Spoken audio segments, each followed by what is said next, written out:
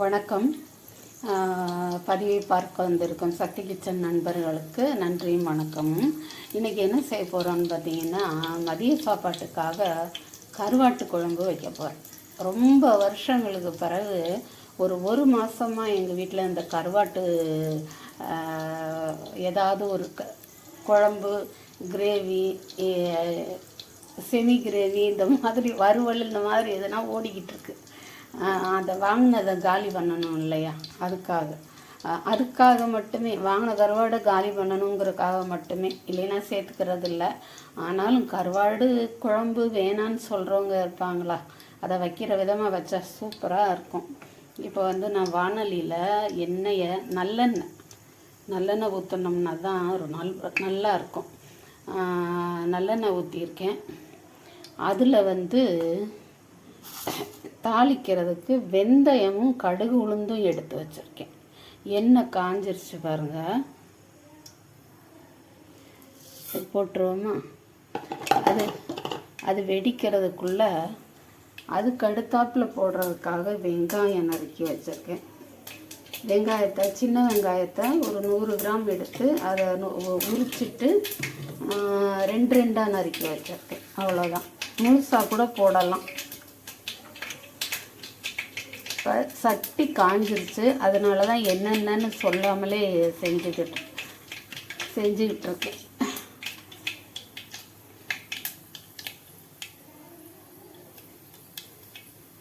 கடுகு உளுந்து வெடிக்கிறது நின்றுச்சு. வெந்தயம் ரொம்ப கருகிடக்கூடாது, செவந்திருக்கு வெந்தயம். இப்போ நம்ம இந்த வெங்காயத்தை போட்டுறோம்.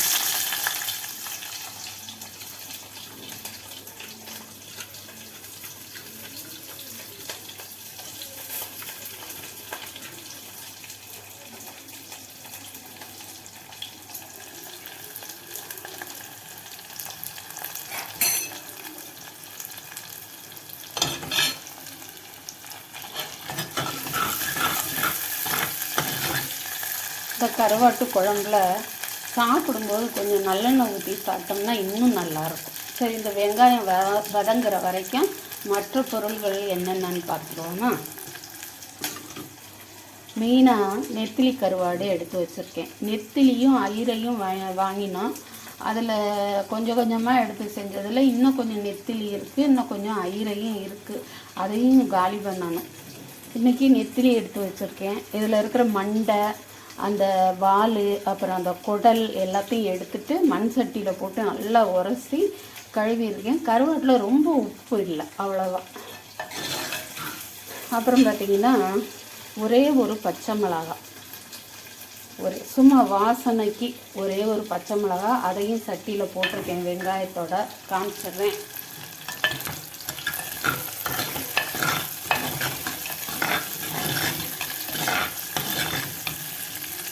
அப்புறம் இந்த வெங்காயத்தோடு போடுறதுக்கு வெள்ளைப்பூடு, இது நல்லா நிறைய போட்டுக்கிறலாம்.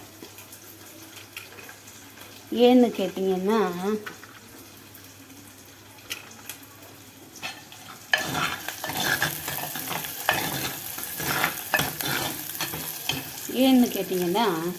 இதில் இந்த வாழைக்காய் சேர்க்க போகிறேன். நெத்திலி கருவாடு, அதோடு கூட முருங்கைக்காய் 1, ஒரு வாழைக்காய், ஒரு 2 கத்திரிக்காய், அப்புறம் புளியை கரைச்சி வச்சுருக்கேன். கரைச்சி வச்சது நல்லா தெளிஞ்சு புளி அடியில் இருக்குது, புளிச்சாறு அடியில் இருக்குது, மேலாப்பில் தண்ணி தெரியுது. அப்புறம் அதுக்கு தகுந்த அளவுக்கு மசாலா எடுத்து வச்சுருக்கேன். இவ்வளவு தான் நமக்கு தேவையானது. மெயினான ஒன்று, அது எப்போவுமே மறக்கிறது, உப்பு எடுத்து வச்சுருக்கேன். இன்றைக்கி புளியில் உப்பு போட்டு கரைக்கலை. நான் எப்பவும் புளியில் உப்பு போட்டு கரைக்கிறது வழக்கம். இன்றைக்கி புளியில் உப்பு போடலை.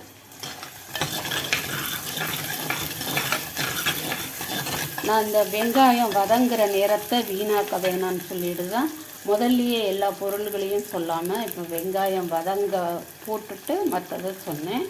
நெத்திலி கருவாட்டு குழம்பு, அதுக்கு தகுந்த மசாலா, ஒரு 25 கிராம் புளி எடுத்து கரைச்சி வச்சுருக்கேன்.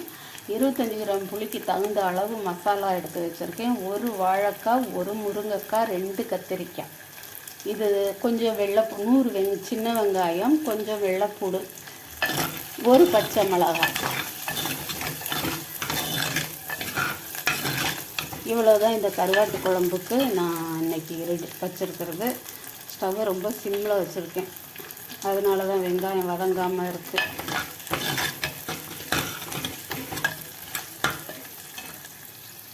வெங்காயம் வதங்கட்டும். வெங்காயம் நல்லா வதங்கிடுச்சு பார்த்தீங்களா. இப்போ இதில் வந்து கத்திரிக்காயை அலசி போட்டுடலாம். நல்லா வதங்கிடுச்சு வெங்காயம். கலர் மாறலை, ஆனால் கலர் மாற வேண்டாம். அதுக்குள்ளே நம்ம கத்திரிக்காயை போட்டுடலாம்.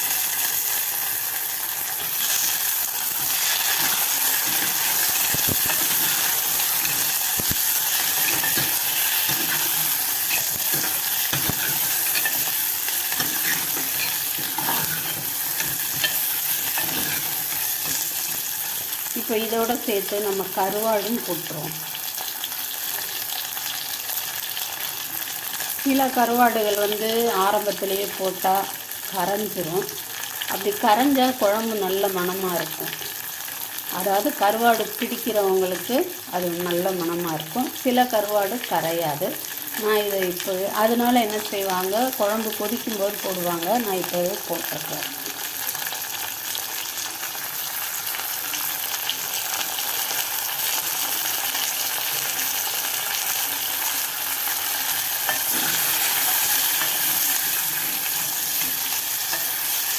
இந்த கத்திரிக்காயும் வதங்கணும். அது வரைக்கும் ஒரு சின்ன இடைவெளி, அவ்வளவுதான். இதுக்கு மேலே கத்திரிக்காய் வதங்குச்சுன்னா அப்புறம் குழம்பு கொதித்து கரெக்டான ஒரு இதுக்கு வரும்போது அது வந்து கத்திரிக்காய் ரொம்ப குழம்பு போயிடும். அதனால் வந்து இப்போ நம்ம வந்து இந்த மசாலா போட்டுடலாம்.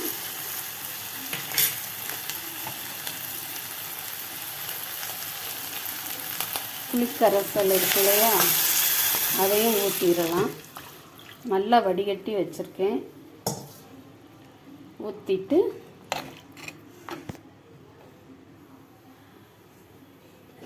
இந்த குழம்புக்கு தேவையான உப்பும் போட்டுரும். நம்ம எல்லா குழம்புக்கும் போடுற மாதிரி உப்பு போடக்கூடாது. கருவாட்டு குழம்புக்கு கொஞ்சம் பார்த்து தான் போடணும்.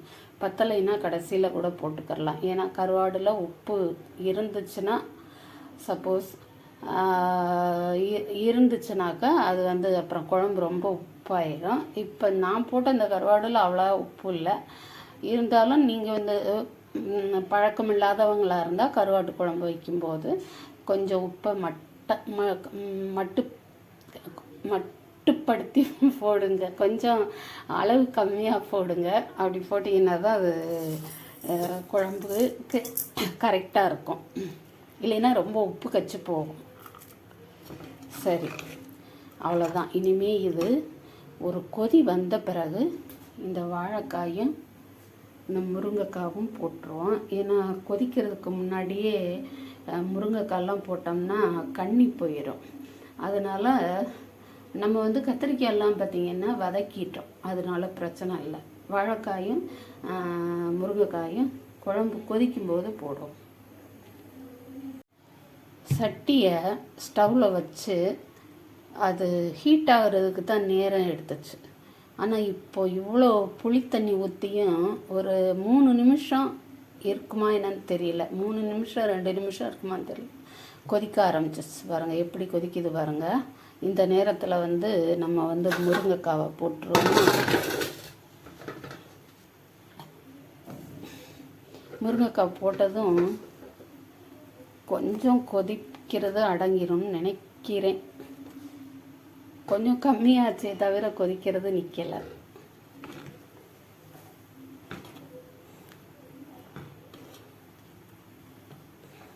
வாழைக்காய் சீக்கிரம் சட்டுன்னு வெந்துடும்.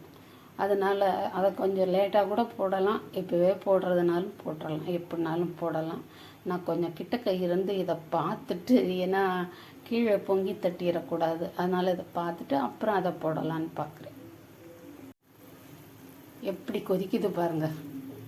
இந்த கரண்டி வந்து அதுக்கு ஒரு தடுப்பணை. அதை தாண்டி அது வெளியே வராது அப்படின்னு ஒரு நம்பிக்கை. அதே மாதிரி தான் இருக்கும், உள்ளக்கே தான் கொதிச்சுக்கிட்டு இருக்கு. இப்போ நான் வாழைக்காயை போட்டுட்டு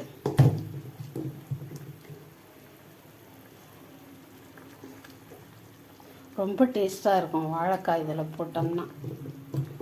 இன்னும் சில காய்கறிகள் கூட போடலாம், நிறைய போட்டு வைக்கலாம்.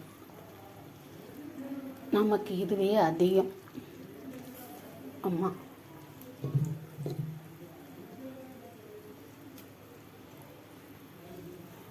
அவ்வளோதான்.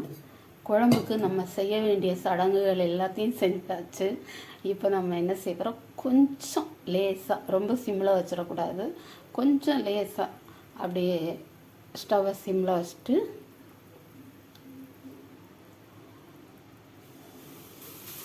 ஏன்னா அதை பார்த்திங்களா சத்தம் கேட்குது பாருங்கள். குழம்பு வடிஞ்சு இந்த காய்கறியெல்லாம் அதிகமாக போட்டதும் அந்த குழம்பு லேசாக வடிஞ்சு ஸ்டவ்வில் சத்தம் கேட்குது. அதனால் கொஞ்சம் சிம்மில் வச்சுட்டு நம்ம இப்போ தைரியமாக வீட்டில் வேறு ஏதாவது வேலை இருந்தால் பார்க்கலாம். குழம்பு தன்னால் ரெடி ஆயிடும். குழம்பு பார்த்திங்கன்னா இப்போ நல்லா வத்தி யாரோ என்னமோ ஆணி அடிக்கிறாங்க. இங்கே எல்லா சத்தமும் கலந்து கேட்கும், கவலைப்படாதீங்க. குழம்பு வத்தி நல்லா டேஸ்ட்டாக இருக்குது. நான் கொஞ்சம் குழம்பு எடுத்து வச்சுருக்கேன், அது ருசி பார்க்க போகிறேன்.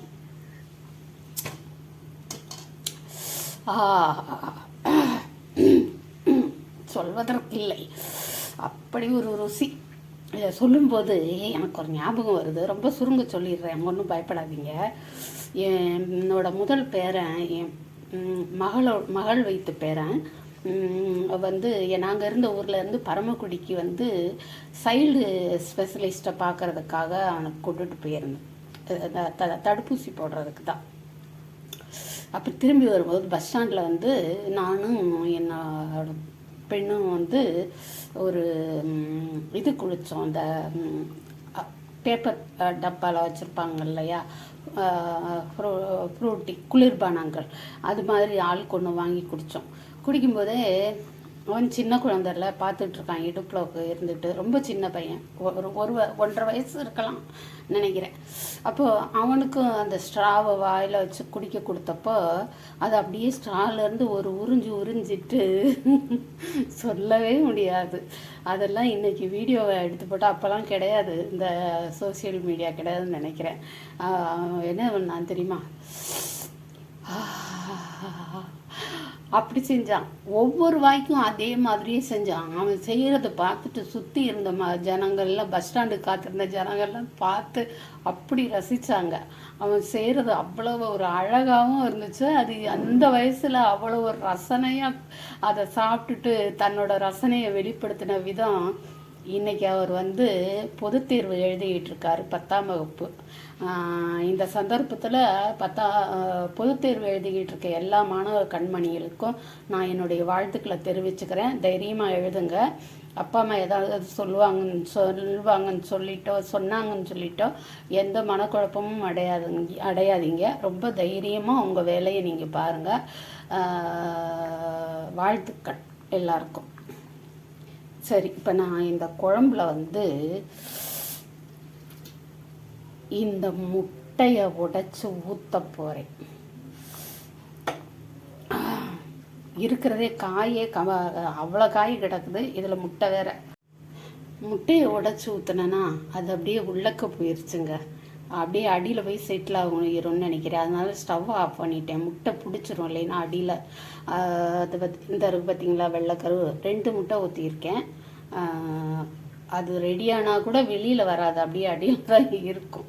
சரி, இன்றைக்கி நான் வச்சிருக்கிற கருவாட்டு குழம்பு எப்படி இருக்குன்னு சொல்லுங்கள். இந்த கருவாட்டு குழம்பு உங்களுக்கு பிடிச்சிருந்துச்சுன்னா எங்கள் வீட்டுக்கு நீங்கள் புதுசாக எங்கள் கிச்சனுக்கு வந்திருந்தீங்கன்னா ஒரு சப்ஸ்கிரைப் பண்ணிவிட்டு லைக் பண்ணிவிட்டு அப்படியே வந்து ஜாயின் பண்ணிக்கோங்க.